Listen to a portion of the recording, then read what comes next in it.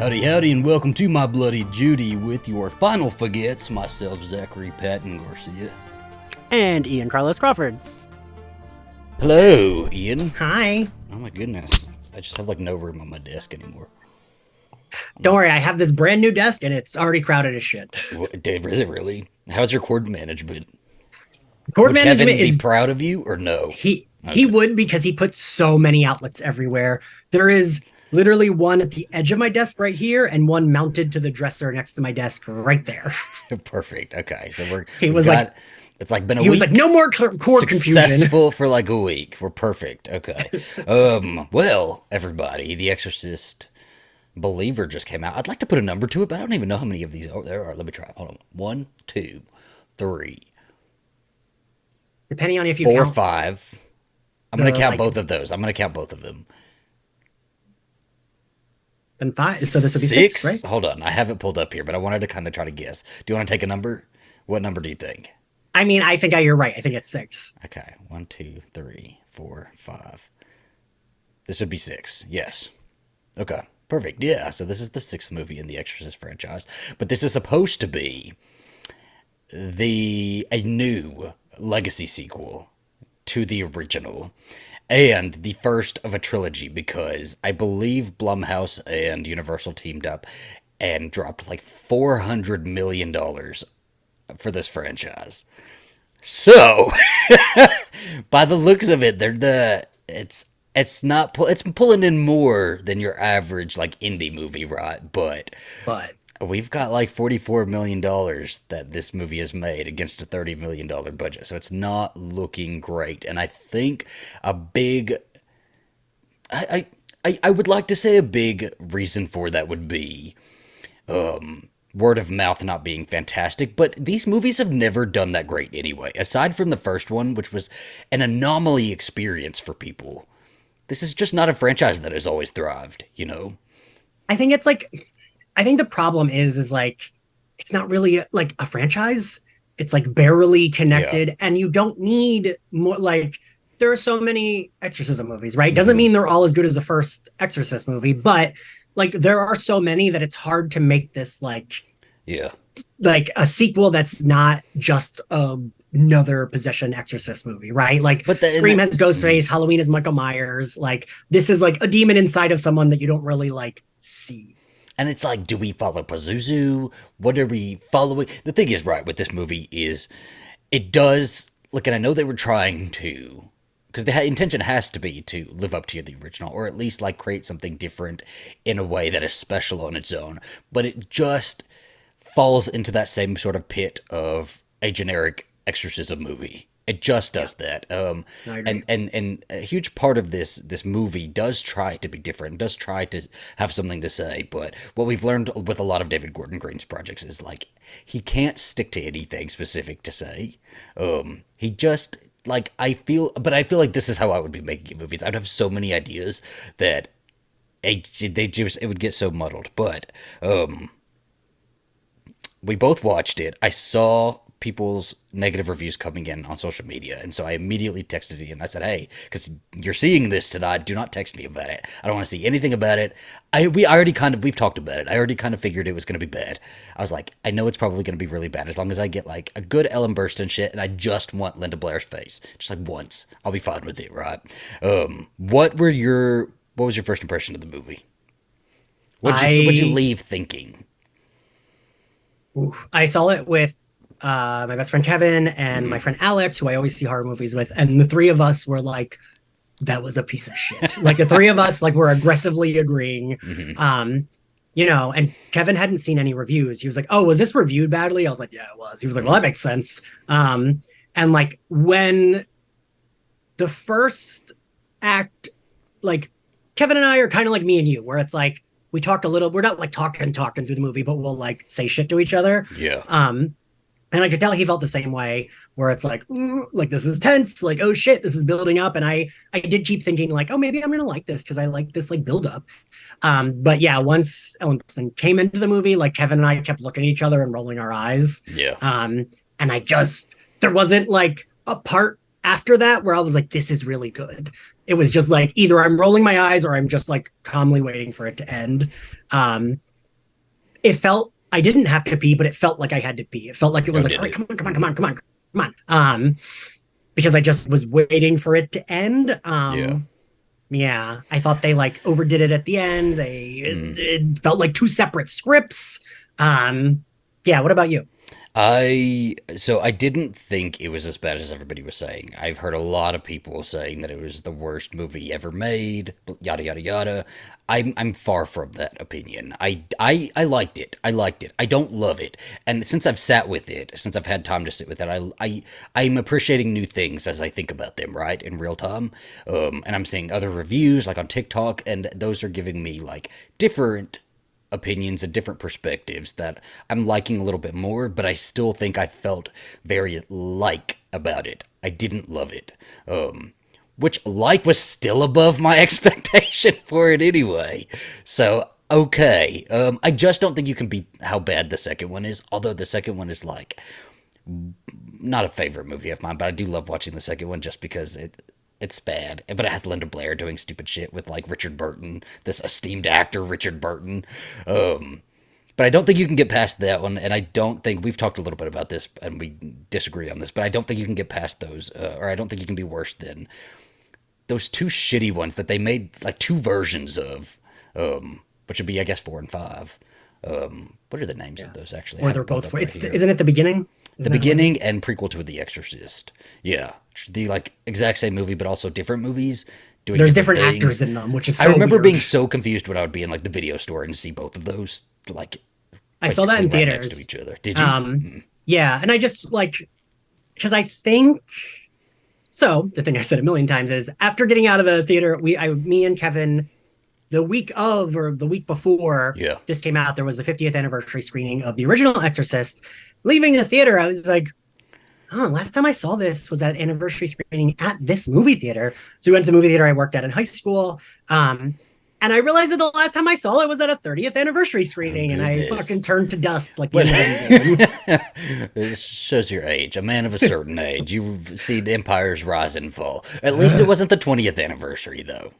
You can give yourself a little Yes. something for that. That was wait. So Ethan, who Yeah, I met through the horror hour, he and I have been texting, and I told him that, and he went, "Wait a minute, how old are you?" of course. This is where Ian And I was tells us like, everybody tells him he looks so young. "No, I just meant like someone being that surprised that I could be Yes. alive back Well, then and like no, you of look young. age." You look like Well, thank you. yes. Everybody sees it. Everybody comment. Yes. This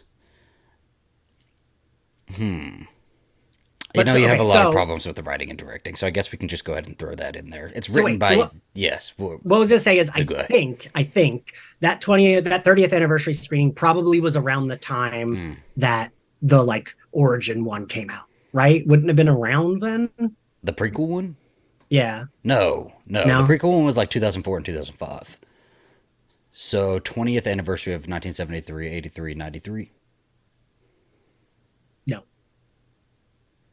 20 years after 73. Wouldn't that be That would be the 30th anniversary. 30th anniversary? Oh, 30th anniversary. So Yes. yes, it would have been yes. Okay, so Around I the same definitely time, saw yeah. both of those in theater. And I just remember thinking in the beginning was just like whatever. Like it was Yeah. fine, it was whatever. It's just not something you can really do again. Like the book was so impactful because of the time it came out. It was the book and the movie were both very successful because of the time it came out. Everybody was in a religious approval, right? Everybody was very religious. We were kind of on that brink of like everybody being paranoid about people sacrificing babies and being of the devil and things like that. and we're there again. We are there again. Yes. You know what I've been a little disappointed by though this year, just like a quick footnote or side note, Mhm. is like the lack of kind of fanfare for this being the 50th anniversary year of The Exorcist. Like I've seen hardly anything. I was expecting some big like home release, some big re-release in theaters. I've heard like nobody talk about it, hardly. I I will mean, say, unless you're yeah, a horror fan. I was surprised. I didn't even know there was a 50th anniversary screening until Kevin said, "I'm going to buy us tickets," because it was. Yeah. So we had my mother's second funeral luncheon that day, and Yes. Kevin and I left to go to the Exorcist Are you 50th Damien anniversary Karras just screening. seeing your mother everywhere? Is that dark? Are we allowed to say I'm just that? like, It's in that chair um, behind you. but like, I will say when I came home, we were working on the room, and there's like It's on this spooky, right? on this shelf, there's like two little magnets of me Mhm. from when I was a kid that my mom had, and both of them like just standing here, they fell off, and I was like, Ooh. It's creepy. It's a spooky movie, and it gets like so. It worked so well because they had like real big filmmakers. Like I think Friedkin had just come off The French Connection. Like they like legit filmmakers who were making a prestige drama. They weren't making a horror movie, right? This well, one is very much a horror movie. and I think I don't know because like there's like so many reasons why that works, and I do think a lot of it is we sit so much with like the mom and Reagan and they're building Oh tension, yes. and like Ellen Burstyn walks by that priest earlier in the movie, but like doesn't know who he is, like, And they do these like really long takes of everything where it's and they're everything is beautiful. so slice of life, right? And it borders on being obscenely just slow. The whole movie is very slow. But it takes its time, and we get a lot from that later, right? So this movie comes in a little under time, and when you watch The Exorcist, the original one, it feels to me like a 2 hour and 45 minute movie. It's just a little over 2 hours. I mean, depending on which cut you watch, I guess. I What? mean, I How long so was it at your theater? I don't know which cut you it was saw. the extended cut that we Okay. saw in theaters, I think, because that's what they like build it as. But it's weird because I agree with you, but not in like a boring way, just in like it feels like we're there for so long, It but should be not in boring. like, In theory, it yeah. should be boring. When you talk about it, it should be boring, but it's not because you need those long ass moments after something crazy happens because it's so traumatic what you're seeing that you need that calm down period. Mhm. This movie was made in 2023 and it feels like a 2023 Exorcist movie. Yeah. David Gordon Green has co-written the screenplay. The story is also by David Gordon Green and Danny McBride, and David Gordon Green directed it. He has just come off of that Halloween trilogy that did not do fantastic. While I love it, the It did well message money wise, didn't it? oh, it did great money wise. Yeah. They could have made a fourth one with the money that they made, Please don't. but Ugh. it just shut the fuck up. I'm not gonna say nothing about Jamie Lee Curtis right now, given some things that have been happening. But this just is a reason, guys. Don't do this. Don't let him have these things anymore. He's not the right guy. I respect what you have done, David Gordon Green. You gave us a really great 2018 Halloween movie, right? Leave it there. We don't need you taking over every other franchise, right? And I bet I also because like, yeah. they spent so much money on this franchise that they have to do another one. It makes no sense not to do another one. But take his ass out, kick him to the curb. I was wondering that, like, how that works, right? Because like maybe they can't. Like, can they? Because of a Yeah, what do contract, the or like, contracts say? But I know the next two yeah. were supposed to come out on streaming anyway. I figured that they expected Oh, this movie to really? make yeah. The next two are coming out on Peacock. But I think that sounds like they thought this one was going to be so successful that it was going to make boatload of money and enough money that the next two could just be released on Peacock. And they're like, okay, if it flops a little bit, they've got some pressure on them now. I really want to hear what they have to say because the next one is supposed to be titled. The next one's titled The Exorcist Deceiver, and it's supposed to be scheduled for April 18th, 2025. I was before we recorded, I was looking for and I couldn't fucking find. There was an interview I read with David Gordon Mm-hmm. Green before going to this movie, and he talked about how this was like one of the best movies he's ever made, and how like this was like a really important film to him, and he didn't Mm-hmm. consider it like just a horror movie, and all this like dumb bullshit that I was like, sir. But I will say, from his perspective, you should be proud of your stuff. You should be proud of your stuff. Give yourself, I tell you this all the time, give yourself credit, give yourself grace. That applies to him as well. But we can now get into the writing and directing of the movie. Because I know you have lots to say about the writing, so let's have at it. I went to grad school and got my MFA in nonfiction writing. I did a lot of writing workshops. Mm-hmm. This needed 4 more writing workshops. Like, I can't imagine there being a room full of writers who are like, yes, give Ellen Burstyn this long, fucking boring speech. Yes, give 5 more people long, boring speeches about religion. Yes, it's so good. A thing that is the biggest pet peeve of mine, and I try not to do this, I try not to say it feels like a straight guy writing, but it feels like a fucking straight guy writing, is like saying a lot of bullshit that says nothing and you think you're saying something. I have known those straight guys. I went to grad school with those straight guys who are like, oh, I'm so deep. And it's like, you didn't fucking say anything. And that's the entirety of like, this script was that, where it's like, yeah, we nailed it. And it's like, tell me what you said. If Tell me what she we just said. were to have merch in the future, which we hope to someday. We will have a shirt that says, "This feels like a straight guy wrote it." I Because just that like is your signature phrase at this point. But I like, know yeah, those writers. Like I know them, and like so many of them in grad school, like would think, huh, "Well, I got it," and it's yeah, like, what does this say? Like you have a lot of words here to say nothing, hmm, and that's what every single religious speech here. Because yes, I hate religion, but I like an exorcism. I like a possession movie. Emily Rose isn't my favorite, but she's really good in it. I love the last exorcism. I love the first Exorcist. That sounds I like love I'm the saying, last exorcism, and I yeah, love the yeah. first exorcism. That sounds like, All but you the know what I mean. exorcisms. That like Yeah, found footage horror movie. I love that movie, and like I know that religion is a part of these, right? yeah, That's like just ingrained into it. It just is. So it's not that I like am mad that it's religion. I'm mad that they said nothing and they kept like Ellen Burstyn's like everyone needs to come together, and it's like why? Tell me yeah. why. What is the point? Because yeah, those other guys didn't like fully succeed at what they were doing, but they got the demon out of your daughter. So like Yeah. you didn't do it. Why are you telling everyone what they need to do? David Gordon Green loves a long ass monologue, right? Got it Yes. nonstop in that Halloween trilogy, and it was one of our biggest pet peeves, right? Laurie Strode in Halloween Kills had like 4 different long monologues. That could have just been one solid one tied up at the end, Yeah. kind of leading us into our next movie, which wouldn't have led us into the next movie anyway.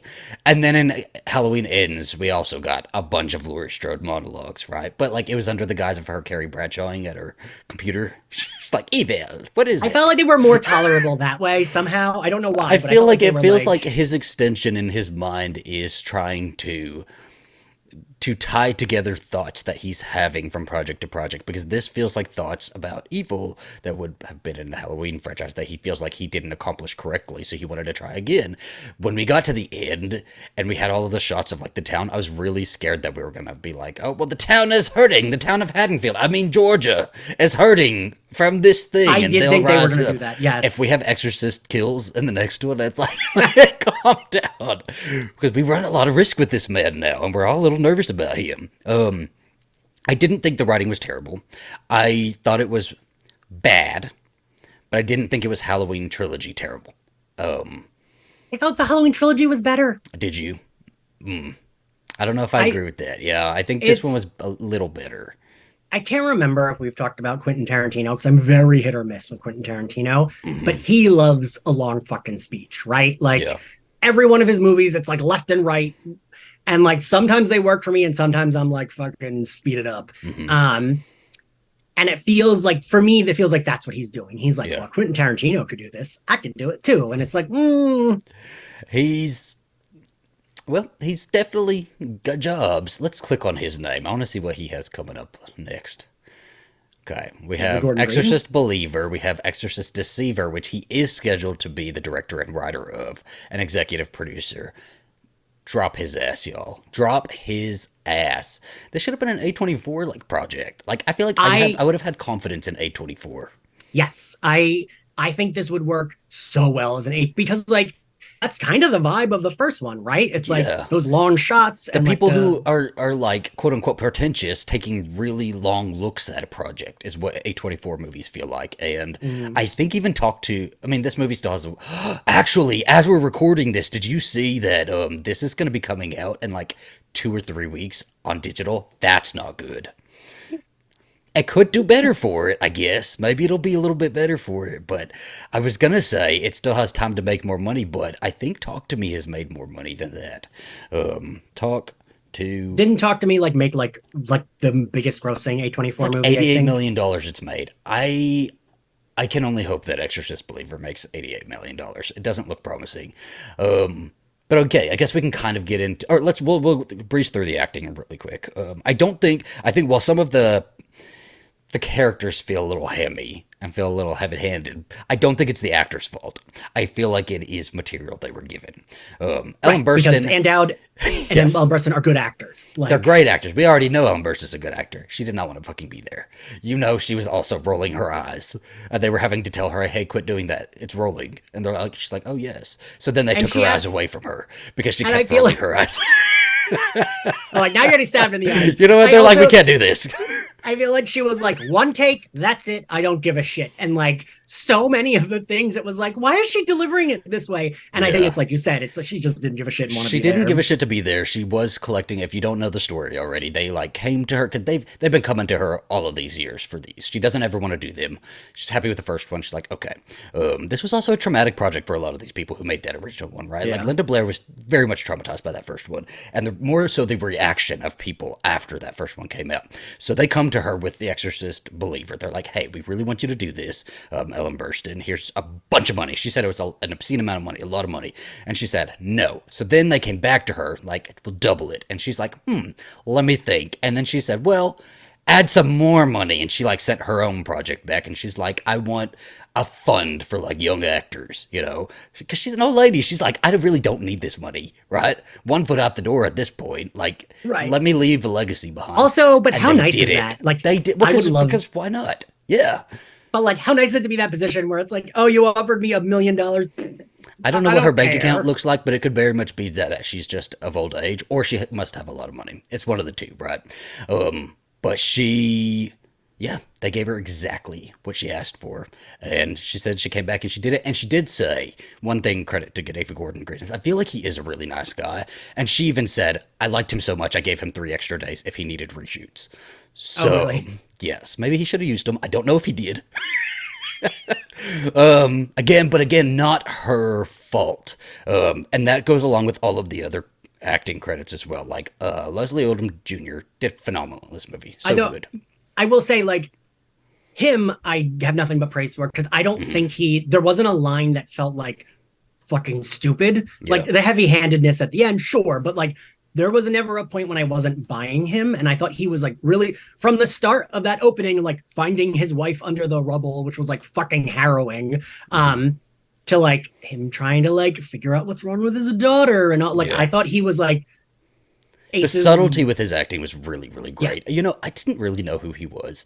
And so he's Hamilton, right? The big that's his big, big role right now. That's his biggest role since, or that's been of his career so far. And he won a bunch of awards for Hamilton and I am not a Hamilton gay, so I do not know. I only knew him from Knives Glass Out Onion. also. And Yeah. yes, Knives Out. I remember him in Knives Out. But oh, he was on Murder on the Orient Express also. And he was in Smash. I don't remember him in Smash. I only watched that show drunk at a gay bar because they would play it I've seen it every once. like I've seen week. it once. It could have done really well. It could have kept going. They would have found their footing. But yeah, he did phenomenal in this, and I absolutely remember him now. You know, And he not only was he great, but he's also fucking hot in this movie. and him and his daughter had a really great dynamic. The girl who played his daughter, they had a really good back and forth, as far as their characters and being a dad who is raising this daughter alone, because it has to be a little bit harder for a single father to raise a daughter, right? Right. And they did such a good job, and the connection that they both had was great. And I guess we'll get more into that when we get into the story a little bit better. But Jennifer Nettles, I was so excited to see Miss Jennifer Nettles in this movie, and she did not as a voice. She did great, loved it. She did great. You know, she did what she had to do. She did what was on the page, and she added I tears. sure. I will say You're not allowed to talk shit about her. the first time I rolled my eyes at the movie was her long speech about religion outside of the hospital, and I was like, "Oh, this is stupid." Really? When they were all three sitting outside the hospital? Oh no, that was scary to me. That was spooky. Oh, we'll get to it. That was spooky to me. I thought that was one of the like more tense moments in the movie. And then But everybody other else, than like, that, I thought she was. everybody else did fine. Like Ann Dowd, kind of expected a little bit more from her, but I don't think they gave her a lot more to do. But Ann Dowd in general just is a great actress also. So yes, I love her in Hereditary. She can do like prestige acting and prestige horror. I I thought she was playing two different You characters, but didn't because of the see. dialogue. You have not seen Handmaid's Tale, have you? She was basically playing her character in The Handmaid's Tale. It was like they copied and pasted that onto the script page and told She's her like the head, yes, like it's mean lady. very Yes, religious, very like speaking well, like this. again, because I still feel like this was two scripts. I was talking to like my friend who's an author, and I kept saying like, "Oh, this," and she was like, "It probably was two scripts," and that's how I felt because, especially with Ann Dowd's character, her intro is her like hating her fucking neighbors and being like, you didn't take the trash cans in, and But being I this like, liked that. So I don't have a problem with that because I did like that she was kind of introduced to somebody who's not hating their neighbors, but annoyed with her neighbors. But when something bad happened, she wasn't like being mean. She was there for them as a neighbor would do. right. But as like, there are many characters that can like retain that part of them while still caring. You Yes. know what I mean? Yeah. Yes. Yes. I just think and out of all the other actors, nobody else really stood out too much. The girls both stood out. They were both. I thought they were cast really well in their They just didn't roles. have like enough, I They feel didn't have like. near enough to do. Yeah. They didn't have near enough to do. So I guess we can kind of like start into the story. You have. Do you want to lead us through the story since you have? Sure. All right. So we have our opening, which I do think is really fucking good, where Leslie Odom Jr.'s character is with his wife on vacation. I don't remember what country I they're think they're in in. Haiti. Okay. Okay. And like the moment he's like, I'm gonna go, blah, blah, blah, I was like, wow, now something bad's gonna happen, right? Like the Mm-hmm. moment he leaves his pregnant wife and she's like, no, you go, I'll be fine. I'm like, She got a oh blessing on her no. baby, and I thought that was gonna be. I thought it was a curse because then like we got the earthquake and all these like crazy Zach, I was things. going to ask you that because I was Mm-hmm. like, well, that's clearly bad, but then it I wasn't. just yes, I'm not at all versed on like voodoo practitioning. It Yeah, says yeah. voodoo practitioner here, so that's who she got blessed by. But I guess that was a blessing by the end. We realized, but like I was sure it was like a curse or something, or she got tricked, Because I was like, is or that going to be problematic that they're using like, and yeah. they didn't, but it like it. I guess maybe you could say like that's why the She also baby didn't look like survived. she loved it when it was happening. Like they were very close on She her. looked like Like that's a weirded David out. Gordon Green decision, right? It was like it's too close on her face, and she looks uncomfortable with what's happening, right? Instead of like taking it in. Like I Um, almost thought they were going to say like she was forced to do it because she did look mhm, like she was like, what the yeah. fuck is going on? And then when she tells her husband, she seems like she's was Like she's into it, happy about it. right? She's like the Yeah, most beautiful blessing. Um, and that opening shot though, of the dogs, I loved that. I did love that yeah. because that was one of the scarier parts in the original for me is when they would have dog fighting sounds and like things like that. So I liked that little callback. That was nice. And And like then I there's thought the mhm, earthquake when she's running down those steps, like I thought that was like intense. Like I was like, yes. oh god, this poor pregnant woman. Like how is she gonna get out of this fucking building I that's like to think that for collapsing? me, that was a nod to The Exorcist 2. Because Reagan also does that in the second one. Same sort of like look and stare. So I like if that was a purposeful callback. I like that one as well. But we do know David Gordon Green loves to throw in a callback, so it It could does. be. But yeah, it's pretty tragic. Like she, and then on her deathbed, I never understand this. I guess I'm just not well versed in medical anything. But like doctors going up and saying you have to save one. I'm like, well, just take the baby now and then try to save her, right? But maybe she Right. would bleed too much. I guess, yeah, yeah. But You and yeah, I aren't well versed in and pregnant women. yes. But we don't get an answer here. We get the answer later on what his decision was. But they basically lose the mom. And I mean, I know that you'll probably agree with me on this. It's like I kept thinking, well, that's stupid if he picked a kid. Why wouldn't he pick his wife? They don't even know the kid.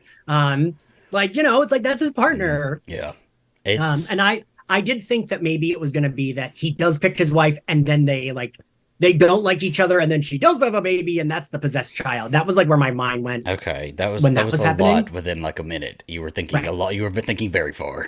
Well, like the moment they said that, I was like, oh, because of Yeah, course he's not gonna pick his child. Why the fuck would he pick his child? Um, but the child's alive. So the child's alive. We're in Georgia.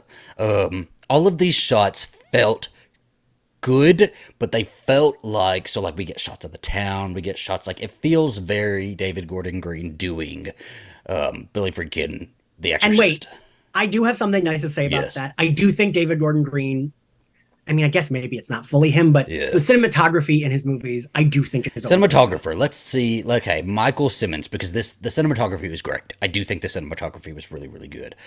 Was it is that the same person that did the Yes. Halloween trilogy? Oh, I That don't makes know. sense. I don't know. Oh. Yeah, but this one was really good. Yeah, and like I do think he gets good. If it's not the same cinematographers, Yeah, and then we get like present day. He's now living with his. I don't know how old she's supposed to be in this. I'm guessing like 13 maybe. you and I are both so bad at kids' ages because I was like, I don't know. Is she 15? Is she I know 12? the actress is like 16 years old, so I'm guessing they're gonna try to do like 13, maybe. Yeah, usually they go like younger than To they keep are. Angela alive 13 years ago. So she's 13 years old, and we kind of get their dynamic over like a breakfast table scene. And I hate a breakfast table scene, but this was fun. It was good. But I hate like a smart ass kid. This is why I don't like teenagers all that much in these things. It's because they're always smart ass now, and they're always like, yeah, those, I don't eat meat because, piggies, and then they like make weird sounds and stuff like that. And I hate stuff like that. I fucking hate stuff like that. But their I thought relationship is really nice and really sweet.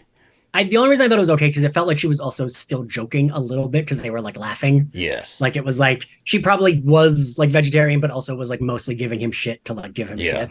And like I said, their relationship is really sweet, and we get a really great. What I really love about this movie is the contrasting relationships between Catherine and her parents and Angela and her dad and the Yeah. circumstances, right? Angela only has her dad. Her dad's not really a believer in anything. They're kind of just living life, but they're living it.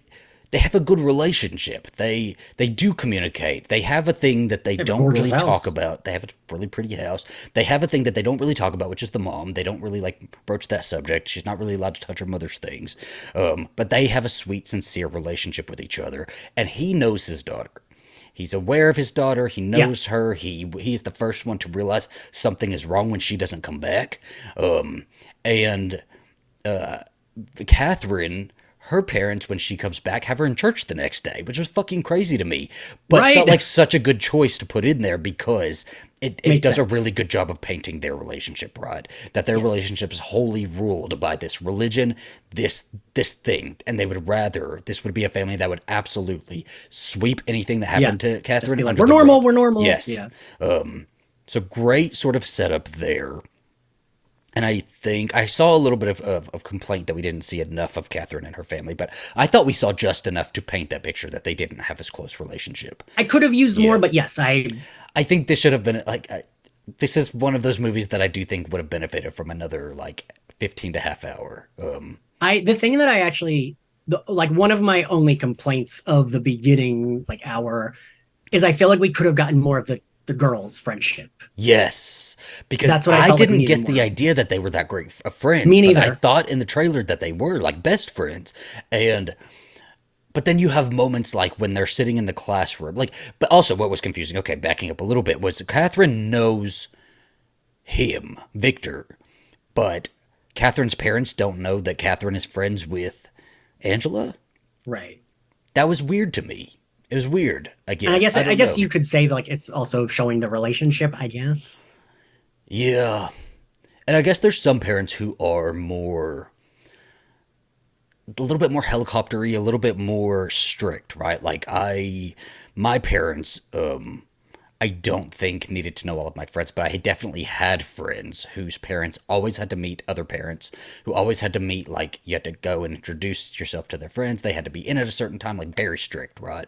Those are really good dynamics, but like in the classroom scene, you get more of an idea that they do know each other a little bit more, right? Did you get that? Yeah. Well, like that was the thing again, that's why it's my only like critique of that beginning because it's like I like you said the trailers made it seem like they were like besties, like Yeah, the type of girls that are like always together, always doing shit together. And then the movie kind of made it seem like yeah, they're friends.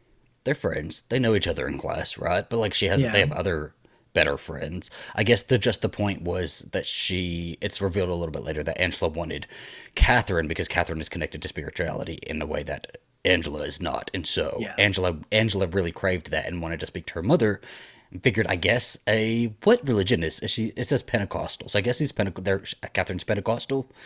When the priest came in, I was like, isn't that guy a priest? Yeah, but I knew when he was like preaching in the way that he was that they weren't Catholic like that. I Because I can did never get tell the confused difference with at that first shit. when they were talking about like the body and the blood and all of that.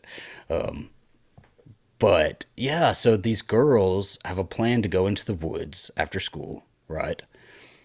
And they do. And I guess that's where the possession happens. I I mean, thought and we we saw a so little bit too much of this. I didn't like all this. I didn't think we saw too much. I could have done with seeing just them walking in the woods, but I like that it's like we just see the necklace and then that's it. Yeah. I appreciated that. I do like the unknown is always scarier to me. But I thought because we don't see the scary shit, that's why I was okay with it. We just see them like Yeah. going out and she has a necklace and like we don't see like aside from like a flash, we don't really see what's happening. And that's Yeah. for me, that's why I didn't mind it. I think if we held it back just a tad bit more, so like as like maybe either them entering the woods or you know what I would do it there. This is my Zach rewrite. It's like I would end it at the woods. We're gonna get into a Zach rewrite when we get to the end. I'm rewriting this shit, but like going into the woods because then that makes it more effective when we look at like police or like CCTV footage, you know, and like stills of like them walking into the woods and we're tracking them as far as we can see them. Because then they go missing and Victor's the first one to notice it. He calls Catherine's parents. Catherine's parents get down on it. I do love when all of the parents are together. Like, this is why I like it being a two-girl thing, is because then you have all of the parents together kind of doing this, but also separate while they're doing this because they're not on the same side. You know, they're not getting along. Right. And it's really terrifying when these girls go missing. They find their backpacks. That's always like just your stomach drops. When he finds, did you jump with the snake? Mhm. Yeah. Oh yeah. My mom was next to me and she like jumped completely out of her seat, like was up in the air. And then she like leaned over. She's like, I'm so embarrassed. I mean, I didn't like jump, but it was like, whoa. She jumped a lot, yes. And then he finds her shoe. Like her shoe comes out of the water. And that is just so scary because it's the true crime of it all. It's really just terrifying. And then for the next 3 days, we just get them doing really anything they can. You see the differences. And some people are going to be mad when I'm saying this, but they're putting the white family on TV. And I'm putting him on TV, but they're putting the white parents on TV. And that was totally on purpose, like to show. Yeah. Their posters are not being hung up on the same, pole. But they could be one after the Yeah. other, right next to each other, right? It could be But, the like, same fucking poster would make sense. they Like should have these been two, on. Like I would have loved for the parents to have been on the same side as their daughters have gone missing together. but it does for me track that they would like. It's real. It's real. Yeah. Yes. Especially because he's not a believer. He's not. It's just they have different lifestyles. Yeah, and they're gone for 3 days, and it's creepy. It's scary. It's not. It's not great. And then when they're found, I was like, okay with it. I think. See, I think this is starting to like sort of paint where I was wishing this movie went there a little bit better, because I think they could have been found doing like either having like stripped naked and like something disturbing. When they open the door and find the girls there, it should have been a little bit more disturbing, like seeing something. Maybe they're all cut up or something, or just something a little worse. But this was fine. But they do find them in like a barn and they take them to the hospital, and then the scene that follows is really uncomfortable. And so that was a really good sign, is that they're taking pictures of them, they're examining them, making sure nothing happened to them. And that's all really uncomfortable. That is like the scene of Reagan in the hospital getting all those tests done. Yeah. Yeah. And the thing I liked about the hospital was like the back and forth, how like sometimes they were being fucking creepy and it was like demony, and then sometimes they were like, scared kids, Yes. which is kind of like Reagan too. Yes, and in sync, right? Like they were like clearly with each other, just constantly, like I don't know, like they would like turn the blinds and look at each other, or look at each other That, from across the way. that's another reason why I think I should have been two demons. Like I think it should have been like Yeah. two, because like I'm like, I don't know, it feels like if it's the same demon, they should be like exactly doing the same shit. Like It was a I little barely unclear on like multitask. that's like kind of where I think David Gordon Green like it just feels like he didn't know what the demon was. It feels like he didn't know his own demon, honestly, didn't it? Yeah. Because like also in this universe, so the thing I thought of between the last time we talked is like, is it supposed to be that there's only like one demon possession ever in this universe, so it has to be the same demon? Like I don't know. And we get there with fucking Ellen Burstyn later. Oh God. Lord. This so the girls go home, and this is just all so sad, and so this is scary stuff to me. It's because now we begin the process of whatever happened to them. Yeah. And for me, the absolute scariest moment in the movie Oh yeah. happens When he takes her when he's home. talk yes, when he's talking to the daughter and the demon is standing behind him and just like goes and like opens Yeah. its You don't mouth. really hear anything. You don't You, like, you like a little bit you hear the mouth but it opening feels and like it's something is like attached to her then. Like we needed more of that. We needed more of an yes. attachment feeling, right? Because we kind of got that, but we got it all so compact into one like night. And then we just breeze into the Yes, this yeah. feels like it was taking place over like 6 nights maximum, right? Like not very long at all. Whereas Yeah. like The Exorcist felt like, whether I'm right or wrong, felt like a long time that this was stretched out. And it could I have been felt like only a that was couple day to day days. too. Maybe Yeah, it I felt like that was. was like what the day we were seeing was the day the next day or It could whatever. have been. It could have But been. It just like whatever, there yeah. was different. They didn't. It didn't mesh as well as like the original one did then. Because like Yeah. taking your kid home after you don't know what happened to them, they're not telling you is scary. And then your kid is clearly not acting right. But what do you do about that? So your kid is waking up in the middle of the night, turning lights on, completely like kind of disoriented a little bit, not really focused on you, hearing voices. Then in the morning you wake up and they've wet their bed. Like something is fucking wrong there. But like, what do you do? What do you do for Right. your kid? And we're seeing it with this girl. We're not really seeing it with Catherine, but we can imagine, Right. And it's all scary stuff. When she peed Because herself, that's a huge sign of trauma. That's a sign that something happened. so I the weird thing that I kept thinking is like, wouldn't he want her to go somewhere where she like he's like, oh, you can't take her away. And I'm like, but don't you want her to get help? I think it's Like, just so soon that they don't know what to do. They take them home, maybe thinking they're. I think he would have by the end of the day taken her. Like had it not gotten like crazy, crazy. because right, you know what I mean? It's Yeah. like, oh, but that will help. Like I would want them to help Yes. her. And But also, clearly she's like also got something. when the girls are in their rooms, right? And they're kind of home. We should have had that drag out a little bit longer, Yes, I agree. as our stuff that begins because we're now in the process of possession and seeing everything that's going to happen with them, and nothing really happens that wild. The original one still for 1973 was still balls to the wall, and this one was not. This one played it very Yes. safe and very tame.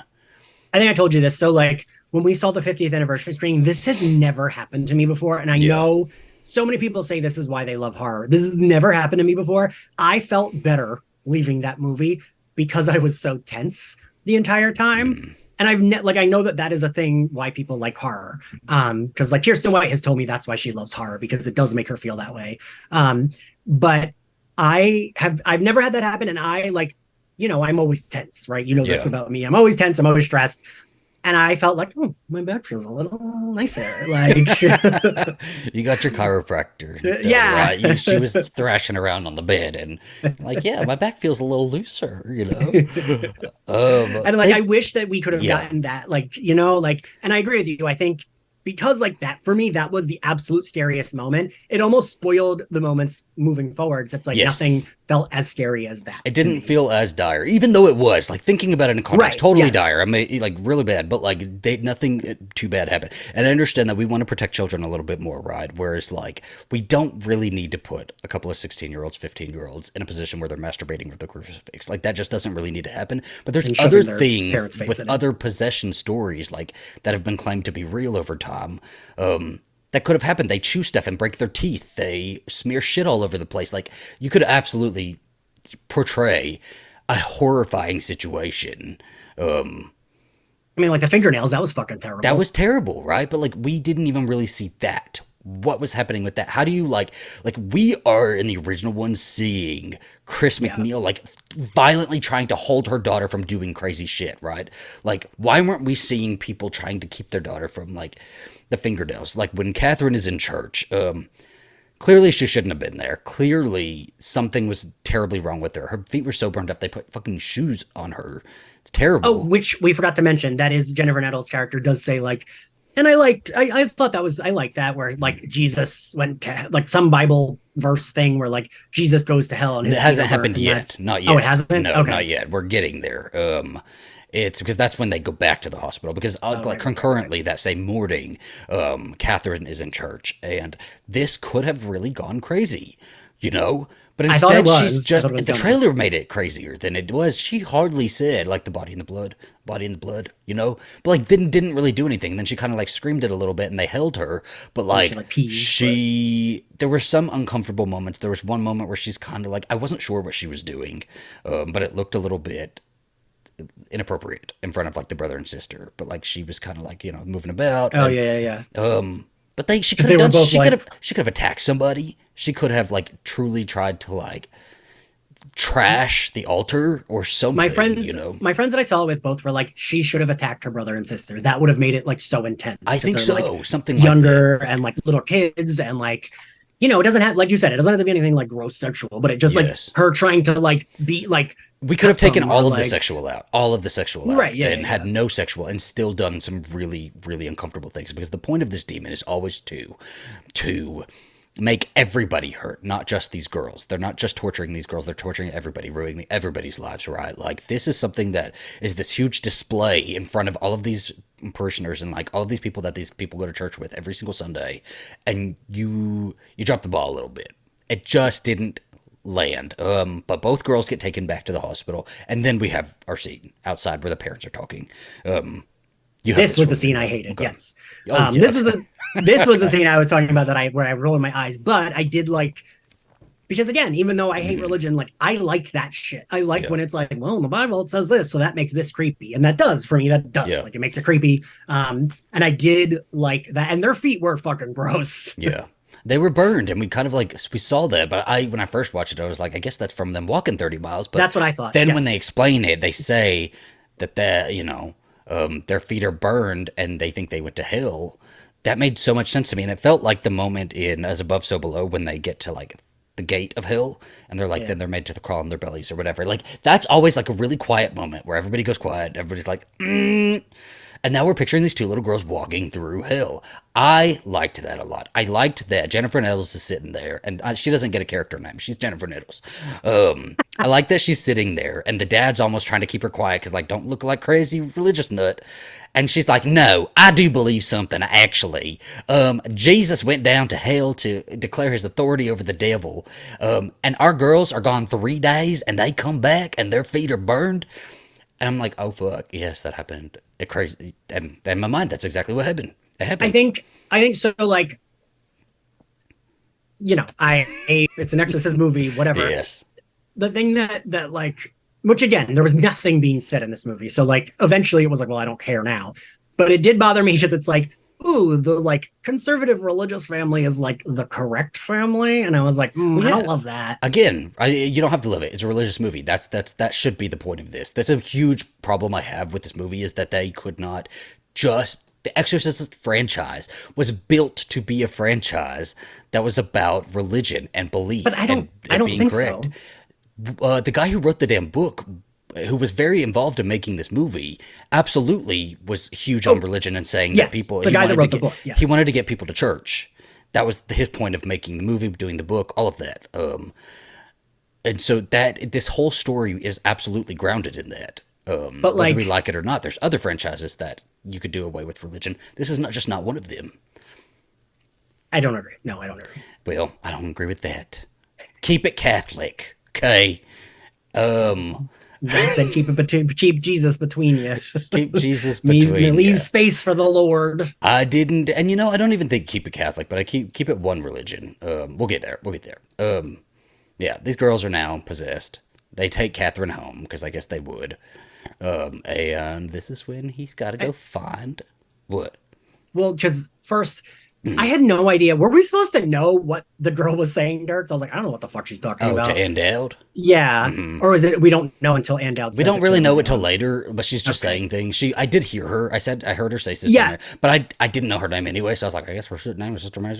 That's what I was like, okay, she knows her name. That's We I didn't guess get a weird. name earlier. I think we should have gotten a name. I wish there had been like I wish it had been a bigger reveal. Like I feel like it would have been like I don't know. I felt like it should have been like for me when she tells him that it's like, okay, that's crazy. Mhm. But like it wasn't, you know what I mean? That's all. It was like, okay, yeah, I can see that would freak her out. But that would freak her out. It Yes. didn't feel like freaky enough. You know what I mean? For like, okay, she's telling this guy, but Because he could that's be what like, well, convinced him to go yes. searching for. Yeah, I And it agree with needed to that. be It just bigger. didn't You know what I feel mean? like something. It should have been something delivered to him. Yes. Because like someone, Because because I wouldn't believe someone like, right? I would be like, okay, but like maybe you said something. and if Maybe he was she a staunch knew. enough like skeptic, it would have been harder to break him than that. But Yes. he does, and by the time he does, Anyway, I'm yeah. fine with it. Right? I want to see. I did really want to see what has happened to our characters. Right? Like in characters we have been invested in for over 50 years. I absolutely wanted to see it. I wanted to see the book. I wanted to see the interview. So the interview was totally like older Ellen Burstyn, with a And it was filter, and obvious. Yeah. it was obvious, but I think it was done It's just well fine. enough Yeah. and hidden behind like a an aged, screen, I guess, whatever. Yeah. I loved seeing that. I loved seeing her on a chat show. And then when we finally do track her down and go to her house, I even liked this stuff. I liked her having Reagan's picture. I loved that because I told you this. I said in the original story, the original boy did not remember anything, and he wanted nothing to do with any of this stuff. Right? He knew who he was. He knew what his story was, and he wanted to like completely stay anonymous. Right? And that's what Reagan wants. Reagan didn't want any of this, and her mother wrote Wait, a what do you mean book. in the original? You mean like the thing it's The based on? actual, the real one, yes, yes, the boy, that Reagan was based on, and so I loved that Reagan was also the same way. Wanted nothing to do with this. She's not this big champion for children of position. She hasn't started a hospital wing, like she wants a I life of anonymity a little bit. I don't know. What did you I want to thought do that with her? What did you want to do with her?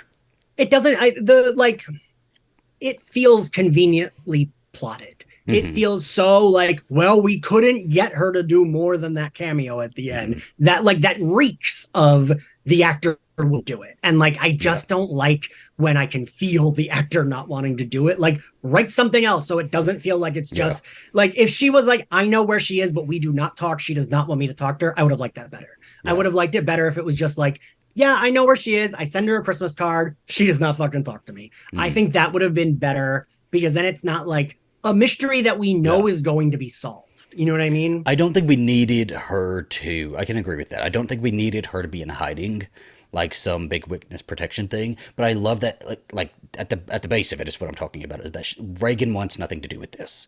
Okay. She wants nothing to do with this. She was very hurt and upset that her mother wrote a book about this, about her. Like it was Reagan's at the heart of it, Reagan's experience, Right. Reagan's trauma, and her mom should not have been writing a book about that. And I like that we saw a little bit of Chris McNeil's regret over doing that, right? Yeah. And And then it should have been, we should have said, I'm going to pray for you and I'm going to send you on your way and you're going to be good, right? stay blessed. I'll talk to you later. Let me know how it Stay, goes. stay blessed, okay? Don't get bit by my dog on the way out. And I actually, when he like is there, I was like, oh, maybe this is it. And I almost think that would have been better if Yeah. like that was it. And like maybe we check in with her, whatever. But and also wait. So I Mm-hmm. have to say this in this like middle 20, 15 minutes, I cringed at how often they said Reagan's name like 879 times. And I was like, Yes. We get it. we get it. We get it. It was a thing that happened. That would have made it so much more grounded. It's a thing that happened that we feel removed from. When you say it too many times, when you remind us of the story too many times, none of these people in this universe have seen the movie The Exorcist. So they shouldn't Right. have a picture in their head. They shouldn't have like events in their head. They should know this girl as something from afar that they've read on a text page. Like if, yeah. Yes. It just Ellen Burstyn didn't want to be there. She did not want to be there when we first see her and he shows up at her door. She looks angry enough that it looks like she had never seen a black person for the first time. Like she like she looked like angry old white lady She from looked mad. Yeah, from early day America, right? Well, she had the German Shepherd there. It was that's still my grandma on my dad's side. she just did not look like she wanted to be there. And that's fine. Give us a scene, pay her a lot of money. Give us a scene later at the end where she calls and says, "Congratulations, you've cracked the curse. You did the exorcism." Child, yes, right. Do not take this old lady out of her house. She is too old to be moving. She cannot get down the steps. She lives in a beach house. She'll fall on the sand." And like there's nothing wrong with being an old lady. But right, it did look too much like, why are we taking this woman I into don't think she this? would have wanted to do it. The motivation didn't feel backed enough for her to want to have, because you have to imagine she's written this book, and if the book was as successful as it was, after they're telling us Right, it was, a million people must have reached out to her for help, right? right, right. And like, So why these girls in your old age of 90, you know? Like, yeah. and also, so we have commentary about like the priests and stuff like that, and it goes down to like patriarchy, and they're like, oh well, I couldn't come in the room And because it's of so patriarchy. poorly written. Terrible, terrible. It's like David Gordon Green. You don't need to be the Barbie movie. Calm down. You don't have to do patriarchy. Okay? It's okay, David Gordon Green. Chris McNeil, did not go in the room because you were not experienced with that, and it felt like your character in the original movie knew that, right? You weren't. That character was not fighting to be in the room. Yeah, she wasn't saying like, I have to be doing that. No, she was like, She what's going understood. on? She understood. Yeah. See, the professionals, you go there. That's the room. I am going to get a latte. You know? That's like you or I being like, well, I was mad that, my parent had brain surgery and they didn't let me in the room. It's like, why the fuck would they Yeah, let me in the room? it's just like this. It must be her old age, like really eating at her brain, because that made no fucking sense. Um, the it made sense for her to be more of the voice of like, I'm a parent who has been through this, Yes. and I know how hard it is for you. Give me your hands, take your hand in mine, and really squeeze it, and be like, you can do this, but whatever you believe, you better believe it a million Yeah. times over. Like, Yeah. give them something to believe, right? Because I kept thinking of the title Believer. I'm like, where are we at? I mean, the whole thing was like him. I He get became a it, believer. fine, but like, not enough conversations about that. She did say a line. She was like, "Oh, a skeptic, huh?" I'm like, okay, Scully and and Mulder. All of her dialogue was horrendous. Yes. Like, I Then just, like, leave this lady at her beach house. Leave her there, because this is what we do with her, right? We stick her in a van. We drive her all day until it's nighttime. I'm getting an Amber Alert. And let me make sure it's not my town. No. And we take her to the fucking hospital. We don't check her into a hotel. We don't give her dinner. it just, I, I also like, I just like, she said, like, so also not only was her dialogue bad, but it was conflicting, right? Yeah. Because she says they didn't let me in the room, but then she also does explicitly say, I don't do exorcisms. Like, Yes. she says that. And then she's acting like the Exorcist. Like, it would have been very helpful and made a lot of sense for her to give names of people that she has always known and been like, here, I have every connection in the book. You will get all of these connections. And Let it doesn't me give have you to be this. like characters exactly. we know. Like, Exactly. It is like, you do get this sense of like dread, a little bit of like heightened tension, just a little bit, when she gets to the hospital and the girl is carving the name Reagan into but that should have been the first mention we ever heard of Yes. Reagan, other than That's it. Ellen Burstyn talking about it, just like her brief mention, but then the little girl knowing, that demon knowing who's coming, because that tells you what the demon is, right? Yeah. The demon knows something that you don't, or that the demon's not supposed to. This little girl shouldn't know who Reagan is or who this old lady is coming, but then it keeps going, and Ellen Burstyn goes, she knows me, she knows me. Fine. and like, they also make it seem like she just like senses it, and it's like, Yes. like, Then we go to the house, and the house is creepy. They walk into the house. It seems like some shit has fucking gone down. Everything's a mess. You have people praying on the floor. Like, that really put me on edge.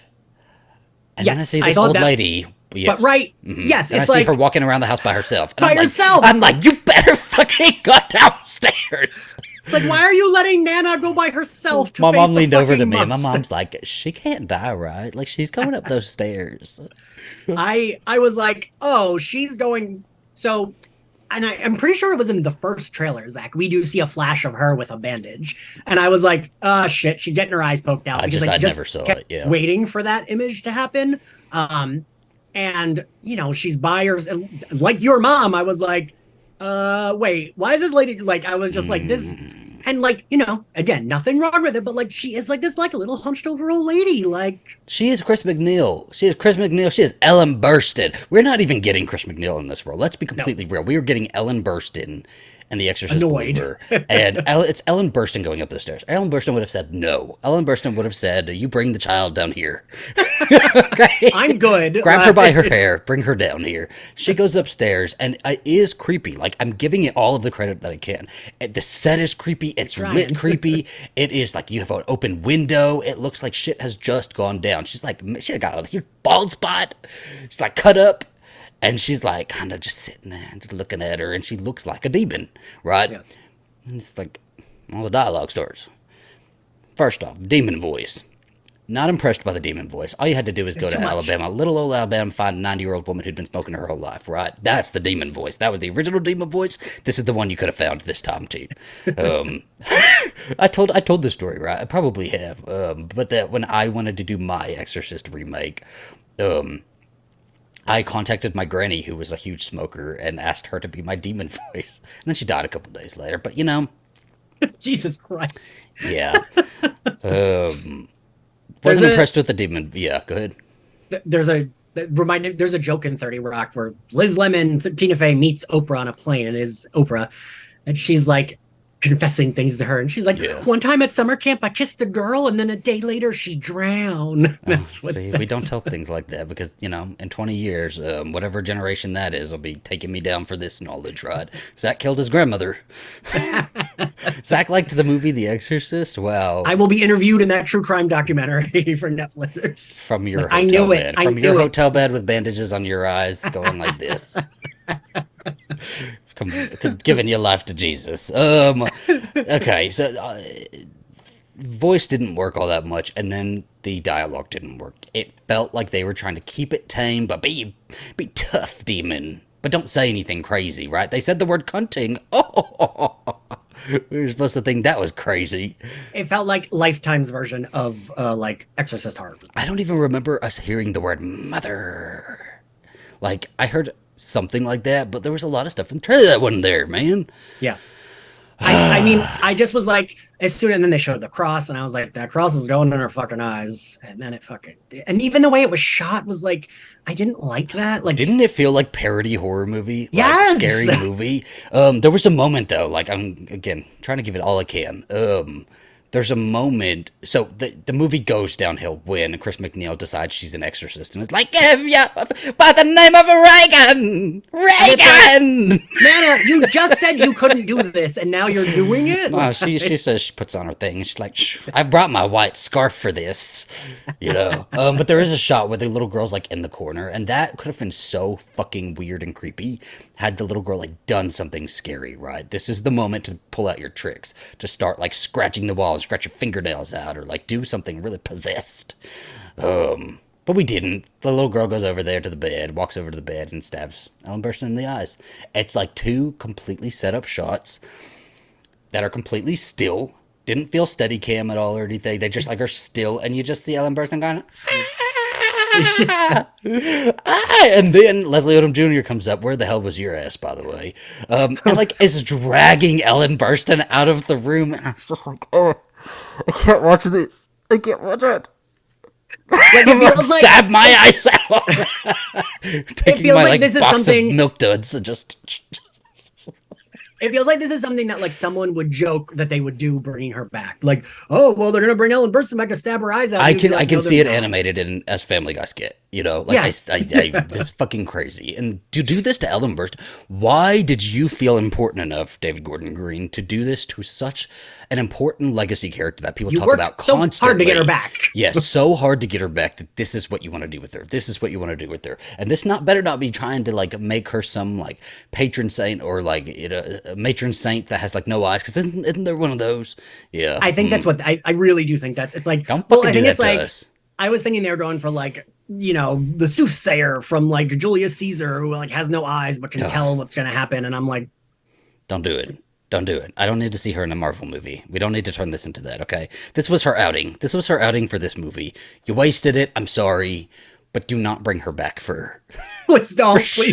Like that. Oh, and then she's in the hospital. She gets her eyes wrapped up. You know, we've seen some crazy stuff. And the little girl goes to the hospital.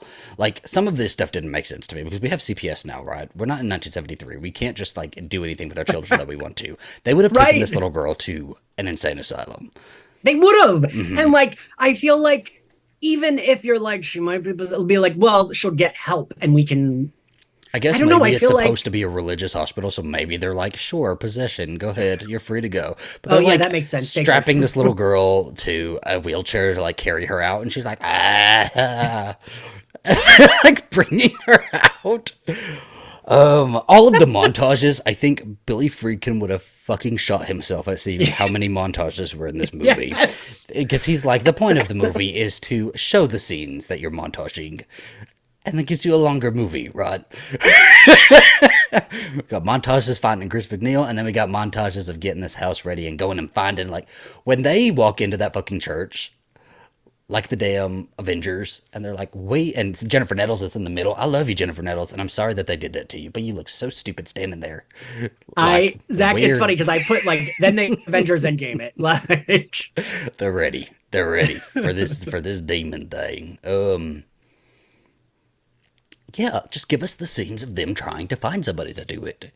and all of that felt like we're still doing this. Like, it just felt like, I agree with you. Like, if they just, I mean, at that point, the movie had fallen so much apart. Yes. But like, I do feel like it would have made more sense. Like, you know, in The Exorcist, the main priest guy, there is a scene when he walks into a building and it's just a straight shot and he's walking up the steps. Yes. Like, we see him walk in and he walks up the, like, but that's does- good. Like, it creates dread. It creates like Yeah. something that we just feel wrong about, right?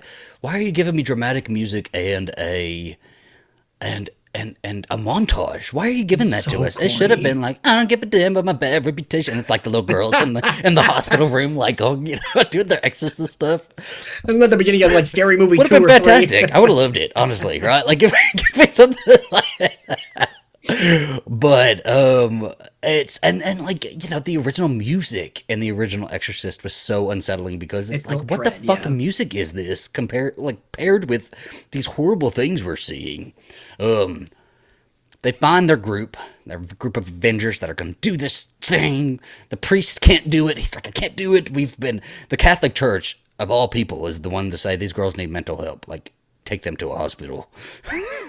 So it's inversely to what you said. Like, it is weird that we get so many montages and then we stop dead to explain everything. Yes. And I'm like, what is the pacing here? That's like, what we were supposed to do. You were supposed to do that already. Like, you're supposed to give that to us already so that by the time we hit the house, this We're good. feels like we are really going into something that we should not be present for, right? Now, let's talk about who shouldn't have been present for this. A lot of thoughts here.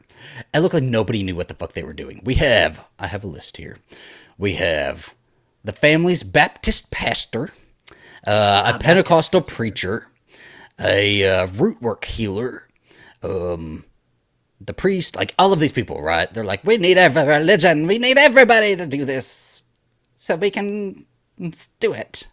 wait, in that list, wasn't there 2 of the same? I'm sure there is. I'm reading the Wikipedia list. I think I've read enough. Maybe there's more. Fair. Fair. But like, and even like Ann Dowd being like, I will be the one to do it. And it's like, but like, does she fucking know what she's doing? She like, does not. She does not. And I understand, again, David Gordon Green, you don't need to tackle patriarchy. You don't need to give us like a strong female lead. Like, I don't need But to then see she that. didn't even do anything. She didn't. You didn't give her, like, you didn't even give her anything to do. You didn't even make her successful, right? So like, that's, yeah, right. what's our message here? What's our point? That's what I mean about saying a lot but saying nothing. Is like, Yes. if Do you're you doing know- that, go for it.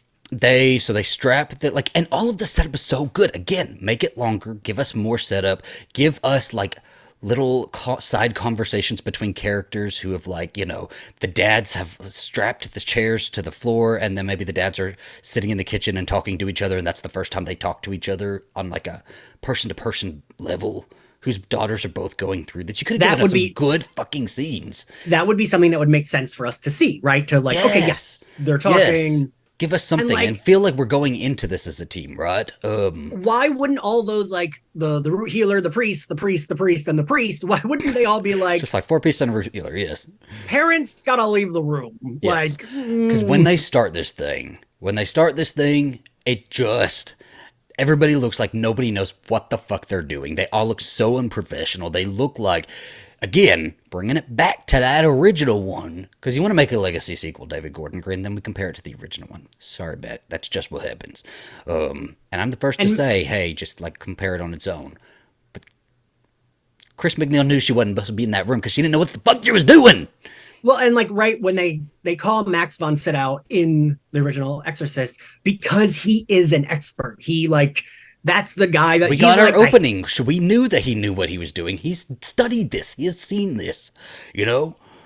and that's why it made sense for them to contact him. And I like almost that wish Ellen priest, Burstyn was there, like waving her hands in the air. like over sure, the why girls, not? and like, yes, yes, children. Do you know what I thought But was going to happen? Kind of rewinding just a tiny bit, and then we'll like what? quickly speed forward.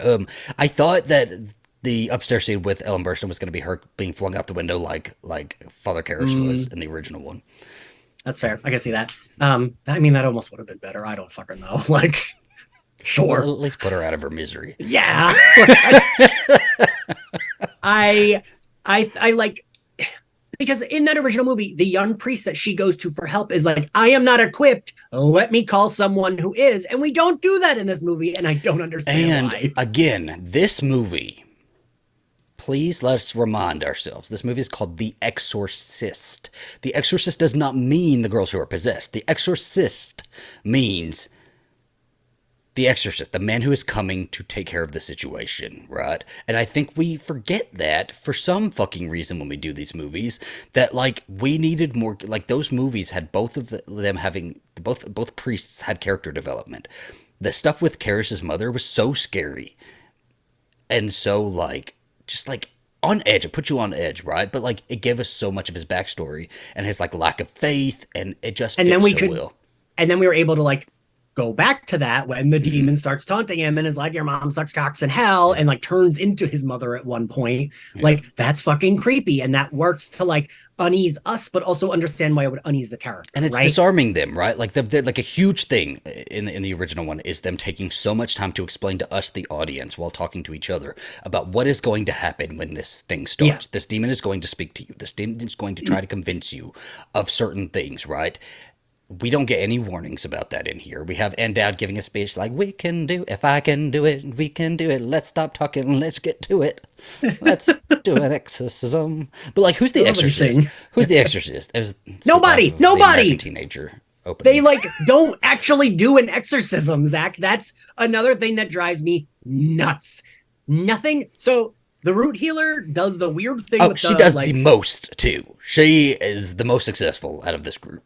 But like when she was so hilariously, like Kevin who I saw it with, straight best friend, like his thing is going, when like something stupid. And when they're explaining it, kept going, Yeah. And when she does the thing with the fireplace and the smoke comes out, and then the smoke comes out of the girls. I did think that was cool.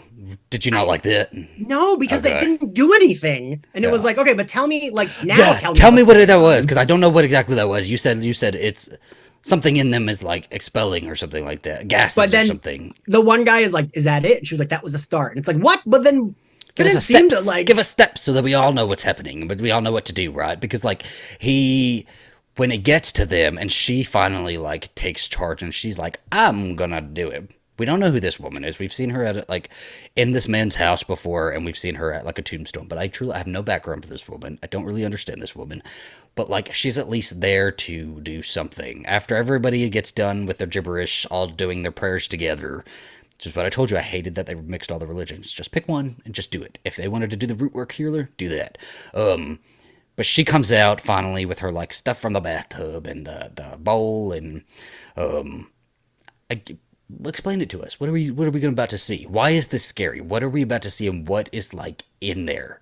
You know, like even an explanation. Like she could have even acted it out. She could have been like, "We're going to reach down in them, pull the demon out." Sure, yeah. Yes, but we don't have any explanation for anything that we're about to see, and so while it is cool and it was effective for doing whatever the fuck they were doing. Like, I guess. I I don't know. still Was am it? like, okay, well, is she better? Can I take her back to school? Do I enroll her again? Or, like, Well, and like, I don't know. I just like, yeah. I there is no exorcism in this movie, Zach. yeah. That like everything they do does not matter. Like nothing they do. And so then they go outside and he's like, "Hey father, the fight's inside," because the priest is praying in the car. I know. I send him home. Send him home. This priest comes in. The first thing when they were giving us a long explanation of what not to do, they said, "Do not touch the He girls." missed it. He missed that part. He missed it. The whole time I thought one of the parents was going to touch the girls and like, they have like a moment of weakness, and then one of the I thought like the white dad would touch one of the girls and die. That's what I thought was going to happen. But that priest comes in like a hero cop, kicking the door open with a shotgun, and then touches their heads, and then it was so dumb, right? It was It was stupid. like, It was stupid. And you know what is crazy about an exorcism movie that is focusing on, because like a huge draw to these movies, right? It's like what they want to promote and all of that is the possessed little girls. It almost felt like they weren't in the room for most of it. It almost felt yeah, like they weren't even like the focus of the they were exorcism. non-entities at that Hardly point. heard them speak. Hardly heard them try to convince anybody of anything. They were like, I hate a stupid line that's like, "Did the power of Christ compel you?" Like, burn. Right? Like Queens on Drag Race give a harder reads than that. Right? Come on, man. Like you're a demon. Are you on your first day? Because like come out with some crazy shit. I just it and again, it's like, so is this Pazuzu? Like, I know. I guess we're there. Who the fuck is this? Who are we speaking to? Because that's a huge part of exorcism, as I have learned from the Exorcist movie, is that you don't interact with it, you don't give it anything you want, you don't ask it a bunch of questions, you kind of leave that to me, right? I am going to get the name out of this demon, because one of the steps of exorcism is you need to get the name of this demon. Yeah. Yes, and I also learned that from The Conjuring. At least they stick to their religion. They're like, we're going to get the name of this Velik. They want the name of the demon. These people don't know who they're supposed to ask for. Who you calling for? Who you looking for in the phone book? You know, like who's this demon? Is this supposed to be Pazuzu? Because Ellen Burstyn said this was Pazuzu, but like she said, she's not an exorcist, so and we're seeing what this one looks like, and it don't look like it. Looked like this was who's It's not Velik. It's Stranger Things demon. What's his name? oh oh my god, the figure's right over there behind me. I'm looking it up. I'm looking it up. Stranger Things Um, demon is named not a demigorgon. Shit. Monster is it begin with a V? Vecna. yeah, This demon was Vecna to me. I kept thinking of Vecna the entire time I was watching this. I was like, this should not feel like Stranger Things, but it does. Demon feels like Vecna. don't do that to Stranger Things. Vecna was here taking two more little girls, so maybe she's just in the upside down. She might not be in hell. They also were overdoing it on the noises. Yes. Like it just felt like sometimes it's like so much that it's just mush, and it's like, Wasn't it insanely, because you've seen it recently then, so like wasn't it insanely creepy when Reagan would just be sitting there breathing really heavily out of her mouth, like mouth breathing, and like wheezing, yeah, and staring at somebody with really wide eyes, and then when she would say things they would be like 2 to 3 word sentences, yeah, or like things like that, like, what's that, and that works. or like your mother's in here with us, Karis, or like something Yes. really small, you know. Or calling the priest faggots. They were doing too much. We also were promised in the trailers that these girls were gonna like be talking in sync with each other and like finishing sentences and shit like that. And all we got is them going trip, drop, trip, drop. And like you and I can talk in sync, talking about Simon Geller. Oh yes, we would be great possessed people. Let's not like bring it upon ourselves, but we would kind of slay. Right. Like, And we would not stab Chris McNeil in the eyes because we had respect. Mike Pence, you're looking very cunty today. God, hire you to do the voice, I Jesus. probably could. I think that's my natural voice anyway. So I could have done it. And it just like you don't have enough with the little girls. They don't really do anything. But then like all of a sudden, out of nowhere, it is this thing that is like, well, pick one of us.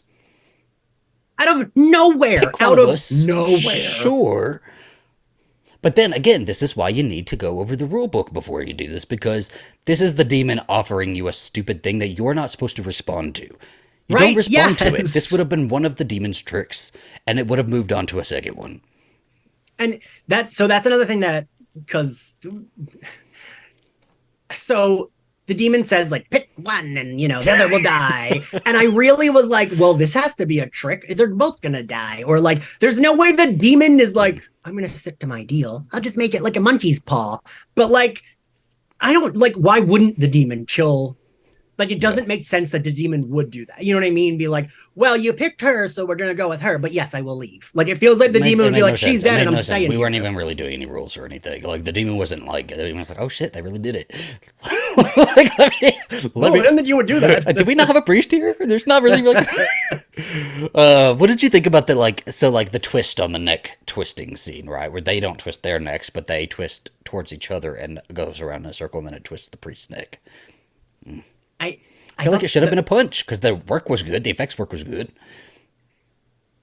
it should have been what? It should have been a punch. It should have been punchy, but it like there was like no weight to it. Yes.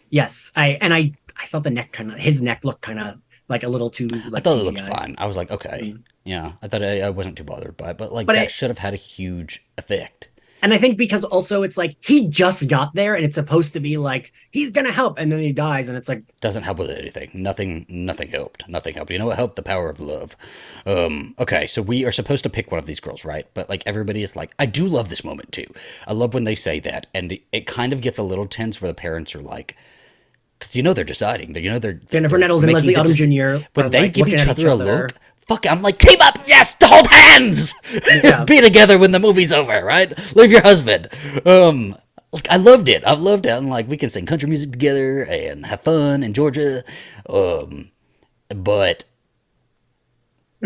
we knew that dad was going to do something. I don't know. And then, but like, didn't he kind of do something first? Because I don't really understand. Because he didn't technically touch her, but he still like threw something over her, and like kind of went off script. But then again, they were all Leslie off Odom script. Jr. So Yeah. yeah. So There like, was, yeah, there was, there were everyone no was off rules. We script. didn't go into like what we should have been doing. So like everybody was kind of just trying to save their individual daughter, I guess. And then the other dad, is like, I pick you, Catherine. And Leslie Odom Jr. like unties Angela, and she goes flying, which the flying scene should have been felt better. It looked a little cheap to me. Well, and like, is it right before that too when they vomit on the ceiling? Because that looked so stupid. I They think put a that's weird weird. I think filter that's on her it, expelling her demon. Actually, I think that's supposed to be her just like it's but it didn't gone. like, right, because then he falls over and he's like, and like they put a weird like blue filter, and I was like, this looks bad. Yeah, and then I will give it some credit. Like this, the ending part, the whole ending part is very dark, very twisted, very like well performed with everybody. When the parents are going with Catherine and trying to save her and trying to get her to wake up, and she's awake at first, and she then slips out, and we see Catherine in hell, getting dragged to hell. That's heartbreaking. This is an innocent little girl. This is an innocent little girl who, because of everybody's stupidity in the room, is in hell. You know, God, it makes really is why. no fucking sense why she should be there. I will also say the girl who played because they didn't really the girl who played Catherine. Every time she would like slap back onto the chair back, she did a really good job with stuff like that. And Sure, looking yeah. like she was kind of in a whole other dimension or something like I don't know. I don't know. There's good stuff here. Lots of good stuff, but like still really stupid. She was saved by the power of love.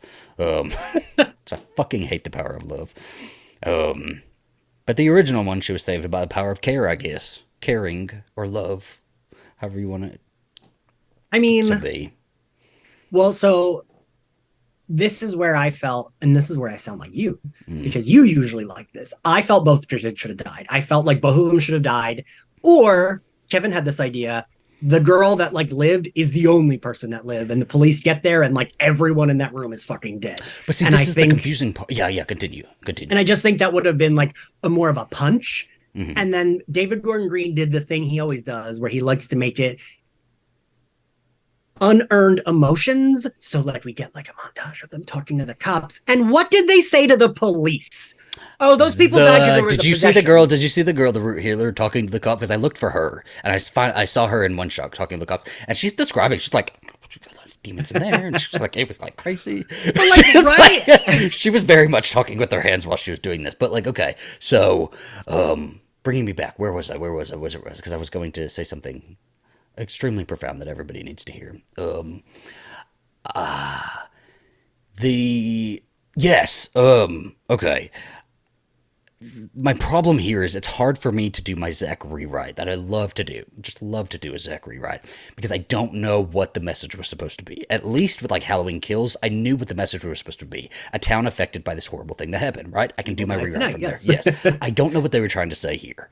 I truly don't because I get it was supposed to be like all religions coming together doing that, but then it was like also a parent's love, the parents who love their children differently, like just like And the religions did nothing. I didn't understand, so I don't even know like how to Yeah. what I would say. I don't know if I would say both girls should have died or if one of them dying was like because I still think the one girl dying was pretty impactful, but like I think I would say like you just said is like it's unearned.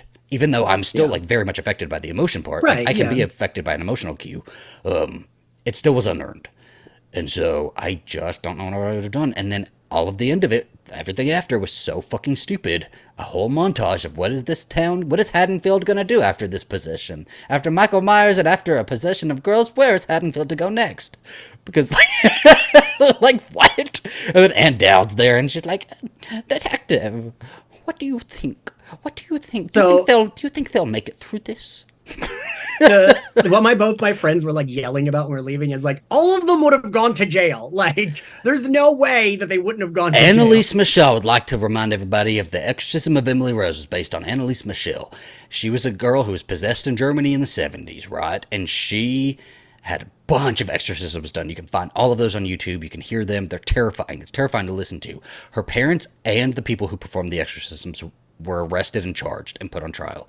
That is exactly what would have happened today. If that was happening in the 70s, that would have exactly happened today. You took those children from the hospital, from care, and you neglected them to this point. Yes, yes. Within a night, they died. They didn't have time to dehydrate, to die of starvation, because Annalise Michel died of starvation. She did it so long that she starved herself to death.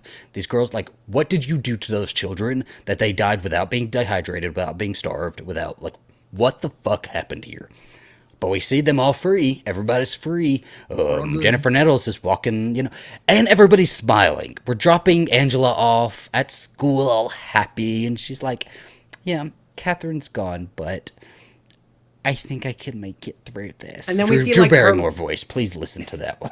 Okay. We see her like meeting her husband at like a fucking diner, and it's like, Give us something sad at least. End us on a really sad note, right? Because like the original one, again, like you don't have if you want to do a montage, fine, whatever. I don't care. David Gordon Green. But the original one, we got him falling down the stairs. We got that, and then we got like the very next day or a few days afterward, they are leaving. They are leaving. We get that, and then we get two other men who talk about going to the movies, but that's on the same street, same location, same like area, and we get a huge vibe from that.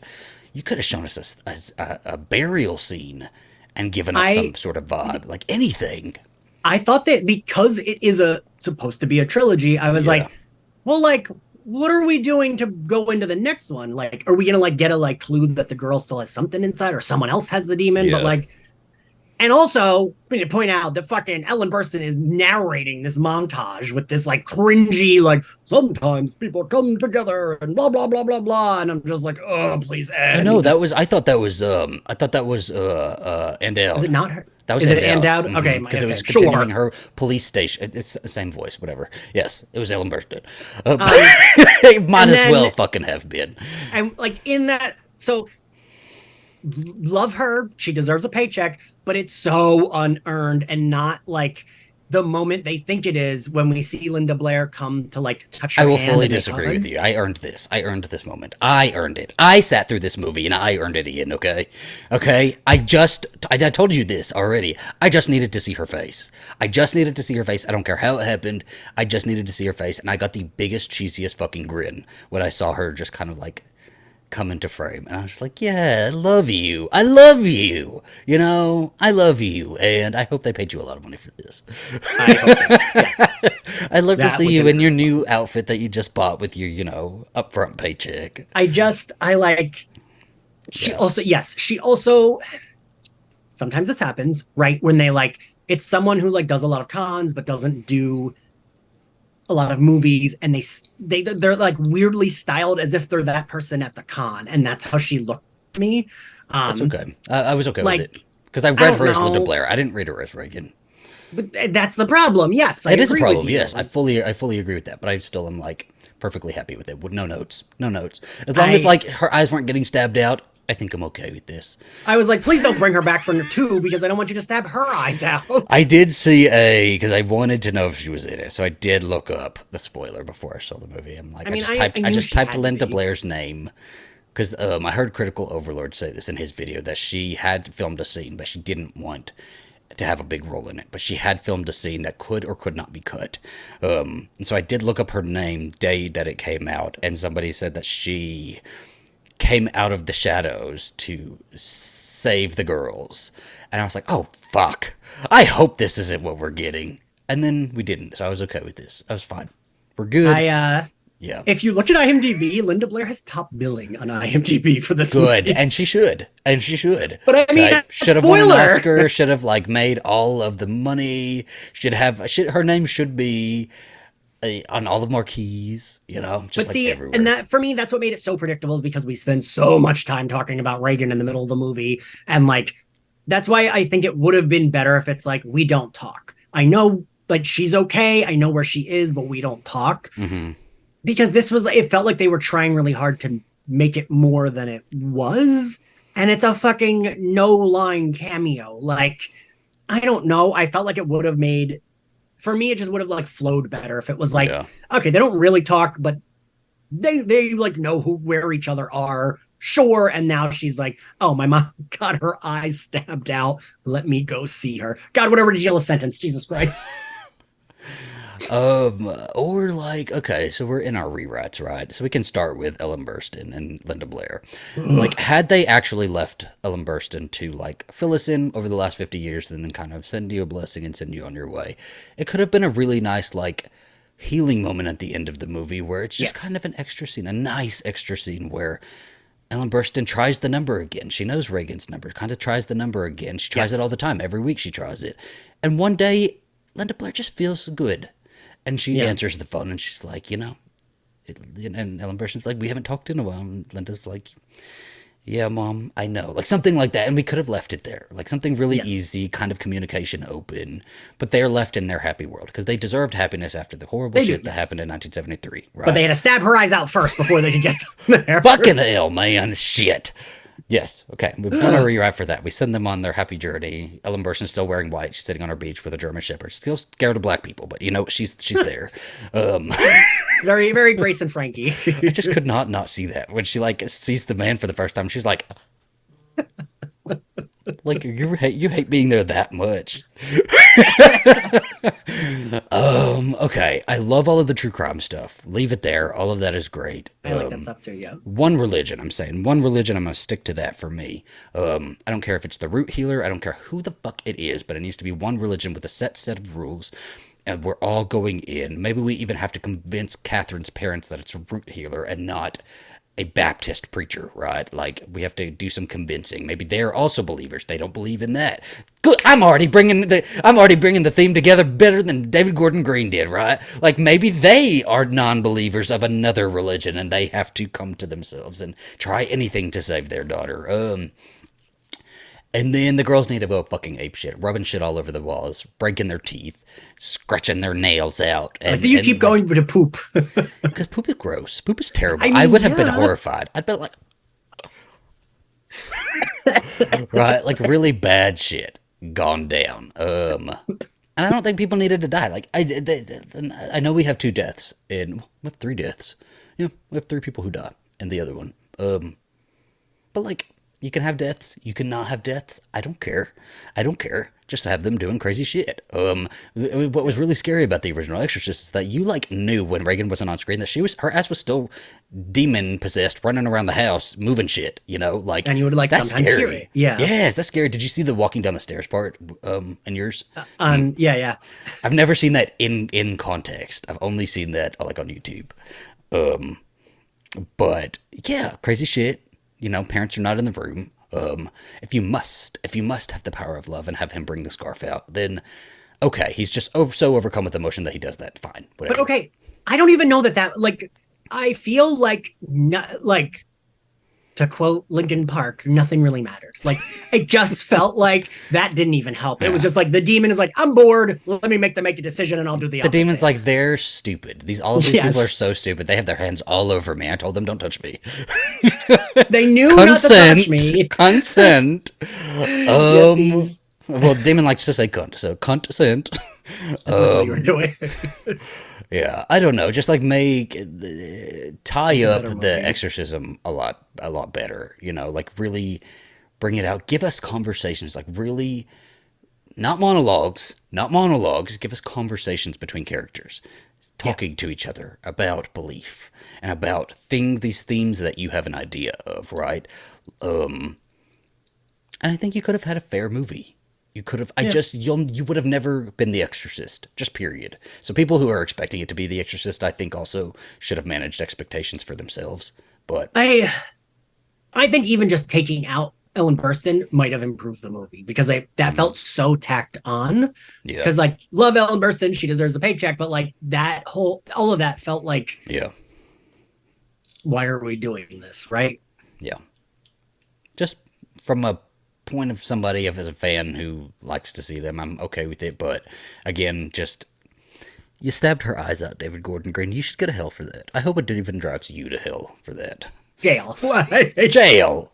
Okay, you're the real groomer. Um, yeah. Do you have any other rewrites? Anything you want to add, um, change, fix? I know you said you wanted everybody dead. I mean like I think I don't know. I also just don't see how this is like leading to or needing to be a trilogy. What the? Where the Um, fuck are they going? Where the fuck are they going with right? this? Like I mean, but I guess like that's kind of what he did with Halloween 2018, where like it wasn't like absolutely being like we're Yeah. leading into so maybe that's how he likes to do trilogies where it's like a one-off movie that But that even felt more like understandable as like some battle royale right, between Laurie versus Michael versus Haddonfield, right? Like it felt like something like unfinished business could have still been there. Whereas like sure. this, it's like, well, so is Angela going to still have something in her, or are we going to go to hell and save Catherine, or And are that we feels like going too with a complete fantastical. new story? But I don't believe with David Gordon Green that it's a complete new story. I think it's going to be a continued story. Yeah. But right, I just don't know where what needed a continuation, even if we love this movie that didn't feel like No, it the was like town of Haddonfield's about to fuck up that demon. Get the irons out. demons died tonight. Demons die tonight. Fucking Christ. All that to be said, I don't think it was terrible. I did like it. I will rewatch it too. So I've seen it twice. I have seen it twice. I did go to You the already theater have and seen it I twice? have seen it twice. Yes. Part of the problem. Yes, it could You're be. encouraging him. It could be, but I did like it. I feel like so, and we said this earlier. We recorded for Slayer Fest that like you and I really do like agree, but you just use different words. Like well, of I feel like course. it's like we do agree. Like we agreed on like this movie is bad, but you're like it is bad, but I like it, and I'm like it is bad and it's embarrassing. And I Yes, feel but like it's like but we don't agree because it's bad and you don't like it. I still am. I can love a bad movie, you know. So I do like this movie. I think it's good. I think it's a good movie, and it's not as terrible as everybody was saying. And I really want us to cover The Exorcist too. I don't remember if you've seen that one or not. wait, hold on. I'm getting because we keep saying like the Exorcist, like me saying Last Exorcist. What you mean, like the second The Exorcist movie, Heretic, The yeah, Heretic? Okay. with Linda Blair, yeah. I mean, I do think that movie's bad, but I haven't watched it. I don't I even know if I've can't seen that wait. movie all the way through, or I've just seen it like It's on late terrible, night TV. Um, terrible.